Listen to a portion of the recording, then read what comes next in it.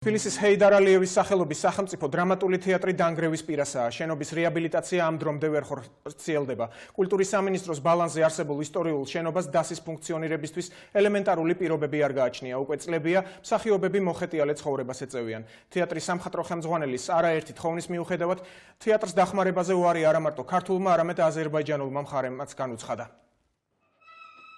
ამ ხმამ წესით ფარდის გახსნა დახურვა უნდა გვამცნოს, მაგრამ აქ მხოლოდ ფარდის ნაგლეჯებია შემორჩენილი. ერთი შეხედვით მიტოვებული ოთახი აზერბაიჯანულ დრამატულ თეატრს ეკუთვნის. გორგასლის პირველ ნომერში მდებარე თეატრის სცენაზე 30 წელია დრამა თამაშდება. დრამა მსახიობებისა და მაყურებლის გარეშე. ჰეიდარ ალიევის სახელობის თეატრის დასი, რომელსაც საუკუნეზე მეტი ხნის ისტორია აქვს, მოხეტიალე ცხოვრებას ეწევა და სპექტაკლებს სხვადასხვა თეატრში დგამს. უამინდობის დროს შენობაში ისე წვიმდა, როგორც გარეთ. დაზიანებული სცენის გამო ფიცარი და რეპეტიციის მსვლელობისას მსახიობი ქვედა სართულზე ჩავარდა. შენობის გადახურვა მერია მითავა, თუმცა აქ ბევრი სხვა პრობლემაცაა მოსაგვარებელი. თქვენი თვალით ხედავთ რა სიტუაციაა ჩვენს თეატრში, ყოველდილით შიშით მოვდივართ. დღის ბოლომდე ცოცხლები დარჩებით თუ არა, არავინ იცის. აქვეა რამდენიმე მეტრში ჰეიდარ ალიევის სკვერი. და ხშირად მოდიან ხოლმე ბატონი ჰეიდარ ალიევის ძეგლთან.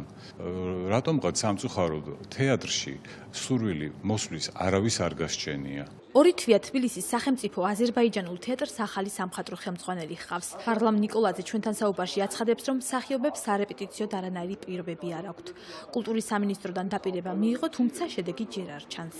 800 კვადრატულ მეტრში სახელმწიფო თეატრი უბრალოდ სირცხვილია რო იყოს, იმიტომ რომ აქ მხოლოდ სცენა, მაყურებელთა დარბაზი და მაყურებელთა შემოსასვლელი ფოიე თუ დაედევა, მეტი არაფერი. და თეატრს ძალიან ბევრი რამე ჭირდება. ეს ერთი, მეორე, ჩვენი დაფინანსება ყველაზე ბოლო ადგილზე მყოფი თეატრის დაფინანსებაზე სამჯერ ნაკლებია. რაბედიელის აზერბაიჯანულ თეატრს ამ კითხვით ჩვენ კულტურის სამინისტროს დავუკავშირდით.